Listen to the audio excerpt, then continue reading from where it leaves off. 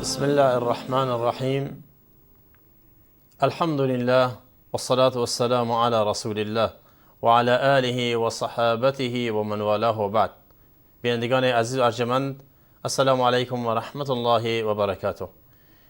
همچنان که مستحضر هستید، درس 55 از سلسله درس های تفسیر نور را با هم امروز در پی میگیریم به حول و قوه الهی. در این درس ما آیات 106 تا 110 سوره مبارکه البقره رو با هم از نظر میگذرونیم، هرچند که در درس گذشته به مقدماتی درباره اون اشاره کردیم. بگذارید همونطور که بسیاری از دوستان ما که این بیننده این برنامه هستن میدونن، ما در برنامهمون 5 محور رو یا 5 مرحله رو سپری خواهیم کرد. ابتدا تلاوت این آیات، سپس معانی اون کلماتی که دشوار است در این آیات، سپس به ترجمه آیات میپردازیم و بعد از اون مفاهیم لغوی که مشکل به نظر میرسد یا اینکه مدلولهای خاصی داره در این آیات رو از نظر میگذرونیم و بعد به شرح و تفسیر آیات میپردازیم و در نهایت درس و عبرت‌هایی که از مجموعه این آیات هست رو با هم مرور میکنیم. بگذارید ابتدا این 5 آیه مبارکه را از سوره مبارکه البقره، آیات 106 تا 110 سوره مبارکه البقره را با هم با تلاوت زیبا بشنویم.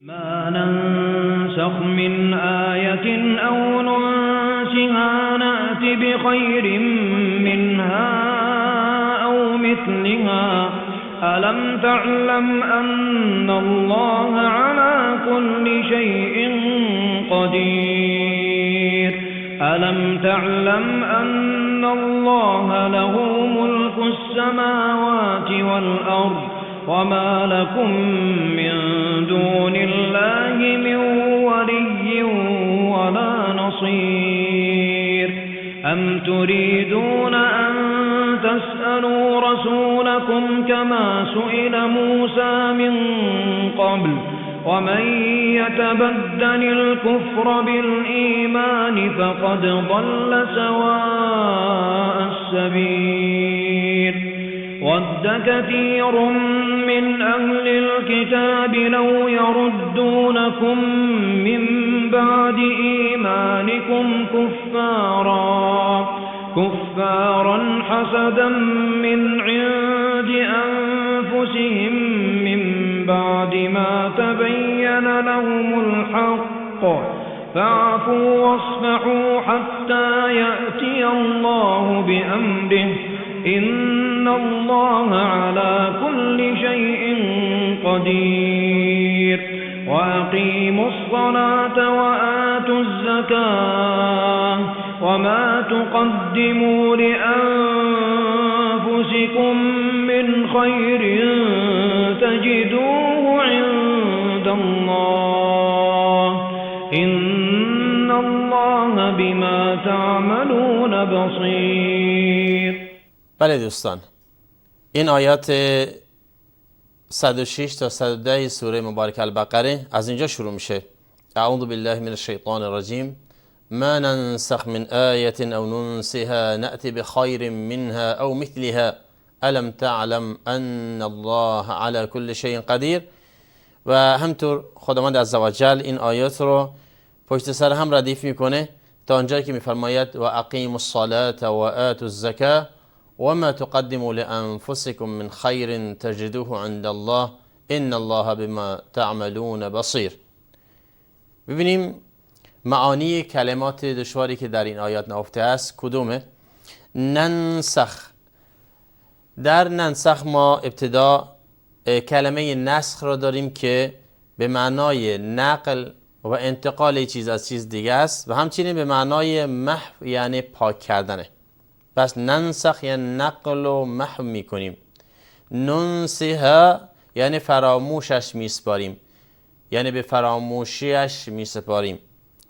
نأتی به خیر منها یعنی بهتر از آن را می آوریم. او مثلیها همچون که در آیه آمده است یعنی یا همانند آن می آوریم.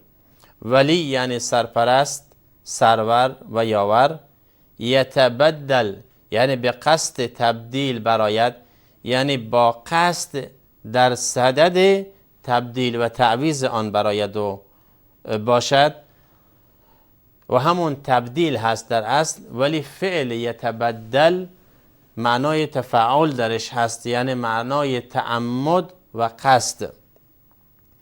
ضل یعنی گم کرد و به همین خاطر ضاله یعنی گم شده و گمراه شد همچنین معنا میده و اضل یعنی گمراه کرد و در اینجا فقط ضل سواء السبیل یعنی مثل اینکه گم کرد یا گمراه شد از راه راست یا گم کرد بهترین راه را. خب معانی کلمات دیگر اینه: سواء السبیل یعنی بهترین راه و همونطور قبلا اشاره کردیم به این موضوع، سواء صفت است برای سبیل و در اصل در لغت عربی باید صفت بعد از موصوف بیاد، یعنی گفته بشه السبیل سواء، سبیل سواء، ولی تقدیم صفت در اینجا یک معنای خاصی را میرسونه و اون به معنای اختصاص بهتر بودن یا میانه تر بودن یا مهمتر بودن و زیباتر بودن اون راه برای زندگی است. به همین خاطر ما ترجمه کردیم سواء السبیل یعنی بهترین راه. ود فعل هست، فعل مضاعف هست که در شده به نظر میرسد در دال که یعنی دوست می‌دارد، فعل ماضی است، گذشته است. یردونکم بازگردانند شما را، از رد میاد، رد یردو. و کفارن یعنی به حال کفر یا کفار. حسدن یعنی از روی حسادت، یعنی اون فعل کفار از روی چیه؟ از روی حسادت است. فعفو پس ببخشید، فعفو فعل امر هست یعنی پس ببخشید. واصفحوا یعنی درگذرید. خب با توجه به معانی کلماتی که گذشت ما میریم سر ترجمه این 5 آیه مبارکه. در آیه 106 الله سبحانه و تعالی میفرماید ما ننسخ من آیه او ننسها نأتی بخیر منها او مثلها الم تعلم ان الله على كل شيء قدیر. یعنی هر آیه را که نسخ کنیم یا فراموشش سازیم بهتر از آن یا همانند آن را می آوریم. آیا نمیدانی که الله بر هر چیزی تواناست؟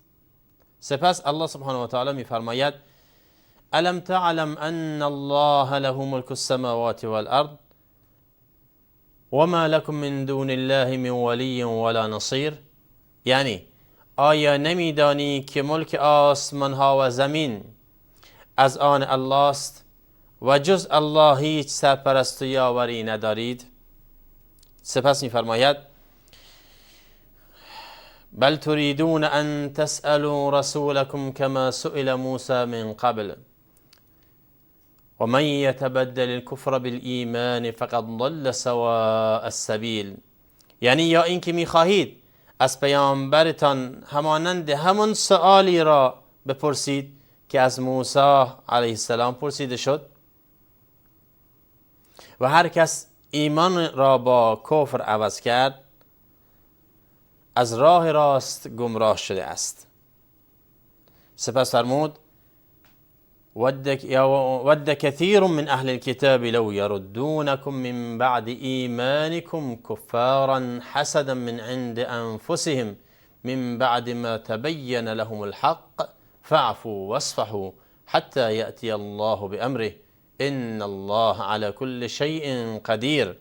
یعنی بسیاری از اهل کتاب از روی، و اینجا شامل یهود و نصارا هر دو میشه، بسیاری از اهل کتاب از روی حسادت آرزو میکنند که شما را بعد از ایمانتان به کفر برگردانند با اینکه حقانیت اسلام بر آنها روشن شده است.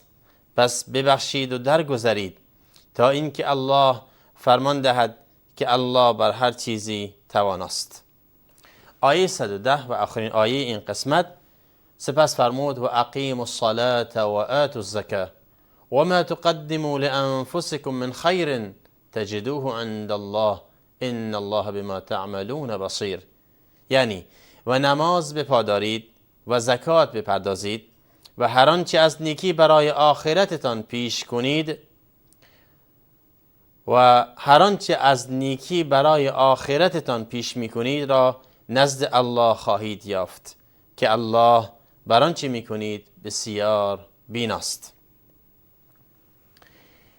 این مجموعه مختصر و روانی از ترجمه این 5 آیه بود. اگر میخوایم به شرح و تفسیر آن آیه، قبل از اون مفاهیم لغوی داریم که قبلا بحث مختصری دربارش کردیم. ننسخ از نسخ میاد به معنای نقل و محو، یعنی 2 معنا داره که مکمل یکدیگر است. یکی به معنای نقل کردن، نسخ کرده، یعنی چیکار کرده؟ از روی چیزی بازنویسی کرده.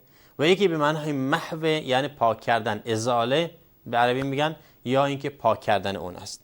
حکمت نسخ هم در اینه که الله سبحانه و تعالی میخواد ثابت بکند که این کلام، یعنی وحی قرآن کریم، وحی الله سبحانه و تعالی است به قلب مبارک رسول الله صلی الله علیه و سلم، و حضرت رسول صلی الله علیه و سلم هیچ دخالتی در زیاد و کمی آن ندارند. آنچه هست ایشان رسول و مبلغ است از جانب الله سبحانه و تعالی. ام تريدون ان تسألوا رسولكم. ام در اینجا گفته شده آیا حرف عطف برای ابتداست یا اینکه منقطع است به معنای بل؟ هر دو قول هست و هر دو معنا هم صادقه، به دلیل اینکه اگر ترجمه کنیم ام تريدون ان تسألوا رسولكم كما سئل موسی به معنای ام حرف عطف، یعنی و اینکه آیا یا اینکه شما میخواهید ای مؤمنین یا ای کفار از رسولتان که به سوی شما فرستاده شده است همچنان سوالی بکنید که بنی اسرائیل از موسی کردند، سوالهایی که قصدشان فقط تعجیز یا به عجز و ناتوانی کشاندن یا مسخره و استهزاء کردن باشد که این جایز و روا نیست، و یا اینکه به معنای بل بگیریم به معنای اینکه بلکه شما یعنی کفار و مشرکین عرب از رسول الله صلی الله علیه و سلم دارید همون سوالهایی را میپرسید که بنی اسرائیل از موسی علیه السلام پرسیدند. خب سوالهای بنی اسرائیلی از موسی بسیار زیاد بود. یکی از این سوالها این بود که ارنا الله جهرة، یعنی خداوند عزوجل الله را آشکارا به ما نشون بده. این یکی از سوالها، یکی از خواسته ها و طلبات بنی اسرائیل بود از موسی علیه السلام که امکان نداشت،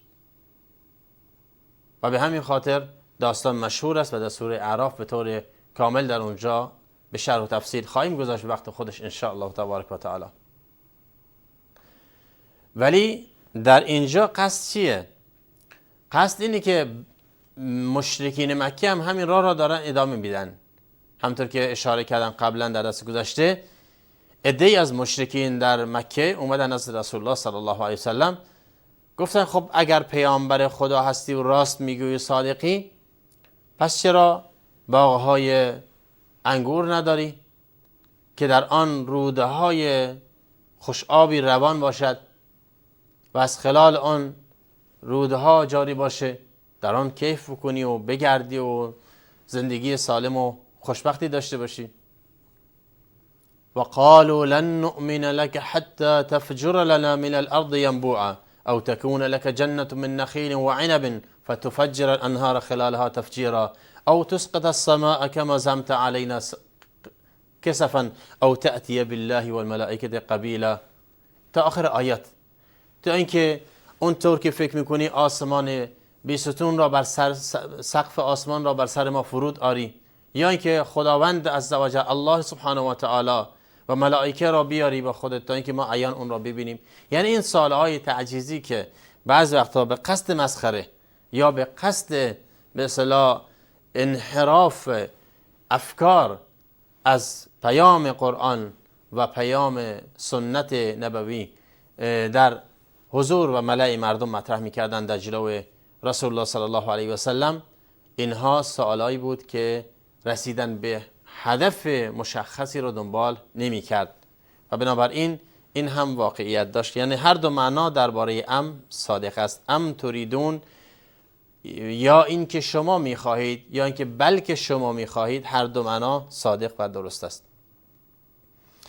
یتبدل، و این از نوع اجازهای لغوی قرآن هست که از نظر لغت و کاربرد زبان و ادبیات قرآن کریم طوری معجزه آساست که در همه معانی و در برای همه زمانها و مکانها صادق هست، ولی به شرطی که انسان سیرت را خوب بفهمه و زندگی پیامبر را دقیقاً در فهم معانی قرآن عملاً چیکار کنه؟ کاربردی به کار ببره. یتبدل الکفر بالایمان، این گفتیم این اصطلاح زیبایی است. در اصل اونهایی که راه کفر را در پیش میگیرند یا به سوی کفر گرایش دارند، مثل که دارن قصدن چیکار میکنند؟ دارن کفر را با ایمانشون عوض میکنند. انسان هایی هستند مسلمانند، اما چون در تنگناهای زندگی قرار میگیرند سعی میکنند که خودشون رو به چیزهای دیگه ارتباط بدن و فرار از دین بکنند. یعنی به جای اینکه و خدای نکرده به خاطر ضعف ایمان بیاد به خدا رو بیاره، بیاد به درگاه خدا التماس بکنه، بیاد ایمان خودش رو دوباره محک بزنه، بیاد گذشته خودش رو زیر و رو کنه و از اشتباهاتش دست بکشه و توبه و استغفار بکنه، میاد میگه که همه مشکلاتی که هست از دینداری منه، از مسلمان بودن منه. ولذا میاد چیکار میکنه؟ دین را ملامت میکنه، دینداری را سرزنش میکنه و خودش را در این راه کاملا میخواد گریزان باشه، به دنبال بهانه‌هایی است برای فرار از دین. با یک میان برنامه باز به شرح و تفصیل آیات خواهیم پرداخت. با ما باشید. ولقد يسرنا القرآن للذكر فهل من مدكر.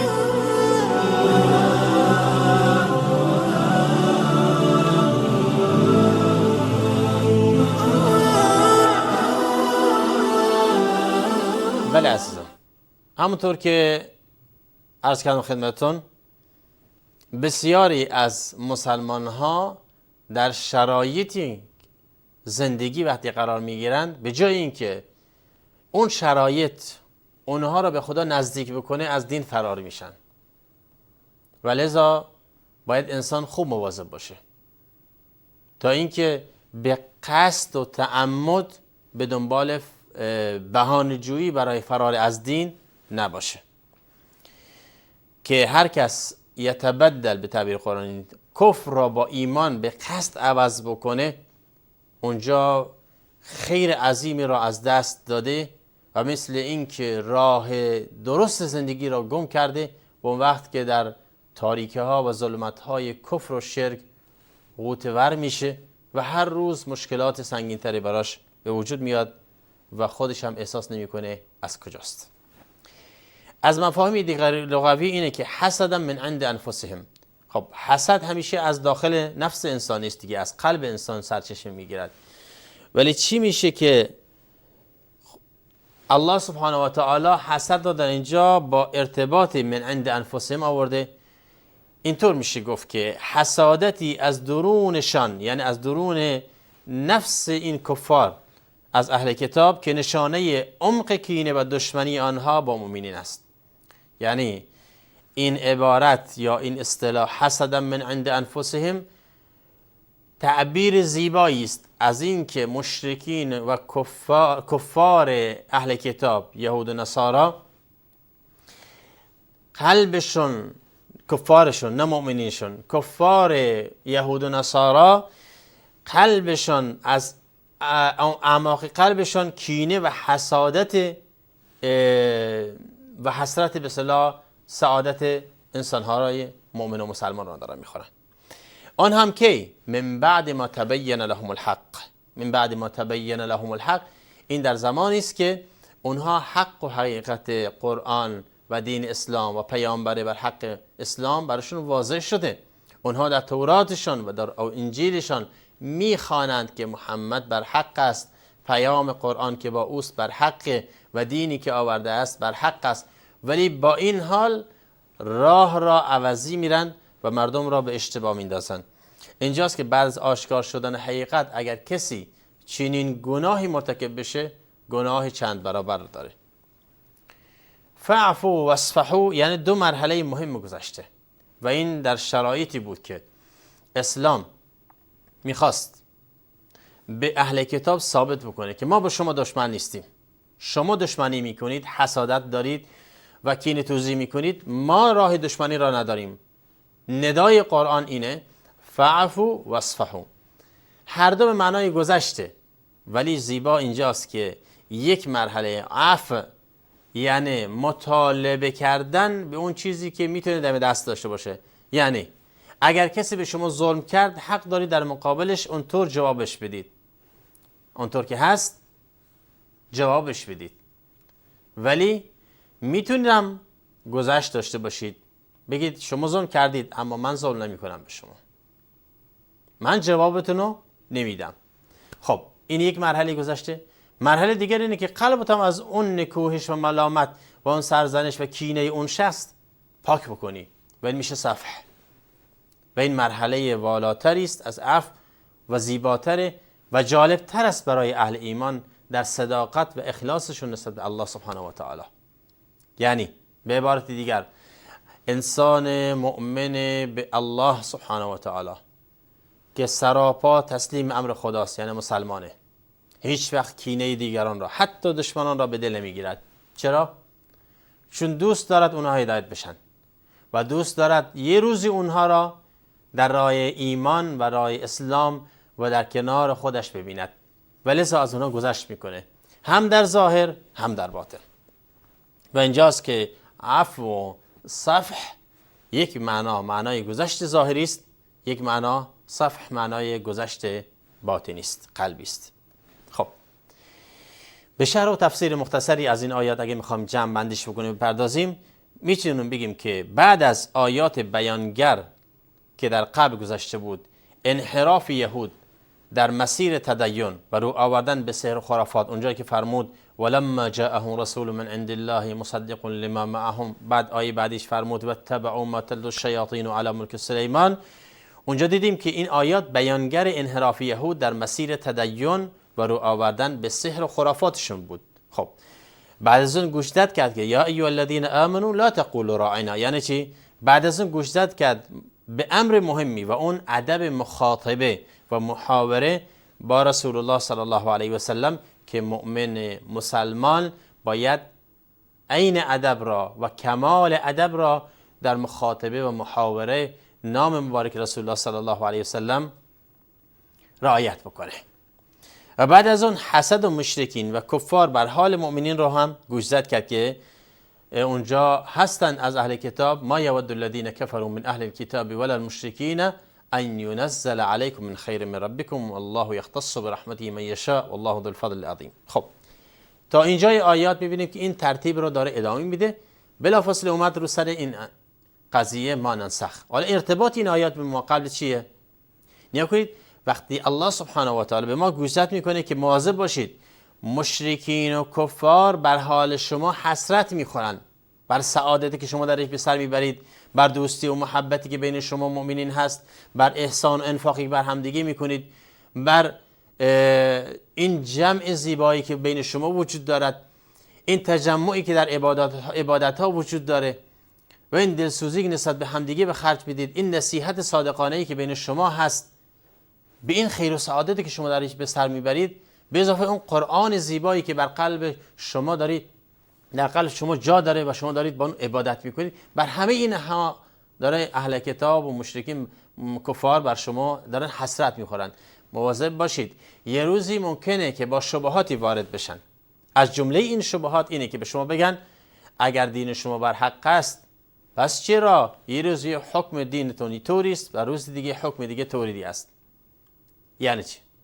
بله، الله سبحانه و تعالی حکمتش اقتضا کرده بود که بعضی از احکام به طور تدریجی زیاد بشه یا برعکس کم بشه یا اینکه عوض بشه در یک روند به اصطلاح موازی. بدین ترتیب بعضی از احکام در ابتدا سخت آسان بود، بعد سخت‌تر شد. مثل چی؟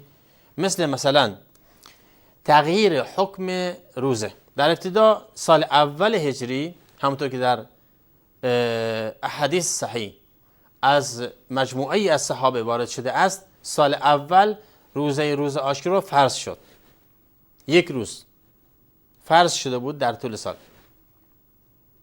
تا آن حدی که صحابه می‌فرمایند که وقتی که به اونهایی که حتی در بادیه و راه‌های دورتر از مدینه بودند و افطار کرده بودند اون روز، یعنی صبحانه خورده بودند، پیام رسید امر شده بود بقیه روز چیکار کنن؟ امساک بکنن، روزشون رو روزه بگیرن. و این برداشت از اینجا برداشت میشه که روز عاشورا سال اول فرض بود. اما سال دوم در شعبان سال دوم اومد چی شد؟ آیه نازل شد یا ایها الذین آمنوا کتب علیکم الصیام و شهر رمضان الذی انزل فیه القرآن. در سوره البقره داریم که بعدها بهش میرسیم درباره آیات صیام. صحابه میفرمایند که روزه فرضیت روزه عاشورا عوض شد با روزه چی؟ ماه مبارک رمضان. یعنی با اینکه یه روز در سال فرض بود شد یک ماه رمضان و اون روزه به حالت استحباب باقی موند. یعنی مستحب است که روز عاشورا انسان روزه بگیره، اما فرضیت روزه سال منتقل شد به چی؟ به روزه ماه مبارک رمضان. و لذا این یک حکم سخت‌تره که تدریج داشت. و برعکسی هم هست. مثلا عده متوفی عنها در ابتدای اسلام، عده کسی یعنی زنی که شوهرش را وفات میکنه باید 1 سال عده مینشست. این آیه هم در سوره بقره است. بعد نسخ شد به کمتر، به 4 ماه و 10 روز. والذین یتوفون منکم از یتوفى منهم ازواجهم یتربصن بانفسهن 4 اشهر و 10. 4 ماه و 10 روز. پس چی شد؟ پس این حکم آسون شد. و همچنین ما داریم این که به حکم مساوی در 17 ماه یا 16 یا 17 ماه اول هجرت، وقتی مسلمان ها اومدن از مکه به مدینه به سوی بیت المقدس نماز می‌خوندن، ماه 17 امر الهی نازل شد که چی؟ الان رو به سوی قبله کنید. سیقول السفهاء من الناس ما والله من قبلتهم التي كانوا عليها، در اینجا نازل شد تا آیت ما بعدش. پس بنابراین یه حکم مساوی بود، فرقی هم نمی‌کرد که به سوی این سمت نماز بخونی یا اون سمت. به همین خاطر در قرآن کریم بعد نازل شد که فاینما تولوا فثم وجه الله. ولی معیار اینه که انسان مسلمان تسلیم اوامر الهی باشه. یعنی چی؟ یعنی این که از پیش خودش نخواد دین بتراشد. اگر خدا گفت این سمت نماز خون این سمت، اگر اون سمت اون سمت. بله قبلا در عهد مکه و همچنین 17 ماه اول سال هجرت به سوی بیت المقدس نماز می‌خوندند، اما بعد از اون به سوی چی؟ مسجد الحرام در مکه مکرمه. خب این تبدیل و تغییرهایی که علما از نظر شرعی و اصول فقه اسلامی بهش میگن نسخ احکام، یعنی حکمی از بین میره حکم دیگه باقی میمونه به جاش میاد. این حکم بعضی وقتا سخت‌تره، بعضی وقتا آسان‌تره و بعضی وقتا معتدل هست و یکسانه. خب این نسخ یک بهانه دست یهود و مشرکین میده که اعتراض بگیرن بر دین ما، بگن که خب دین شما که هر روز داره عوض میشه، پس این دین حق نیست، باطل است و شما را به مسخره گرفته. ما میگیم نه، اینطور نیست. حکمت الهی اقتضا میکند که ما این چنین باشیم. یعنی چی؟ یعنی این که این احکام در عهد رسول الله بوده و بنابر وحی که بر قلب مبارک رسول الله صلی الله علیه وسلم بدون حتی دخالت ایشان بوده است، این وحی بر زبان همه جاری می شده و همه می خوندن. حتی جناب رسول الله صلی الله علیه وسلم نیز مخاطب و مکلف به این وحی و این پیام و این خطاب الهی بوده. ولذا ملک و فرمان روایی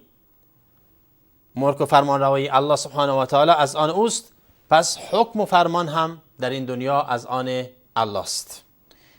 و همچنین تحذیر و منع از سوالات غیر منطقی و خواسته های غیر عاقلانه را ما بررسی می‌کنیم. اونجایی که می‌فرماید ام تريدون ان تسالوا رسولكم كما سئل موسی من قبل، که انسان مسلمان نباید جایی برای خواسته های شیطانی مطرح بکنه بعد اون وقت منتظر جواب های من درآوردی باشه. اجازه بدید ما شرح و تفسیر این آیات رو و همچنین درس عبرت هایی که هست رو به درس آینده بگذاریم، چون فاصله که برامون وقتی که برامون در نظر گرفته بودن تموم شده بود. انشالله در درس آینده این مسئله رو پی میگیریم. صلی الله تعالی و سلم علی نبینا محمد و آله و صحبه اجمعین و الحمد لله رب العالمین.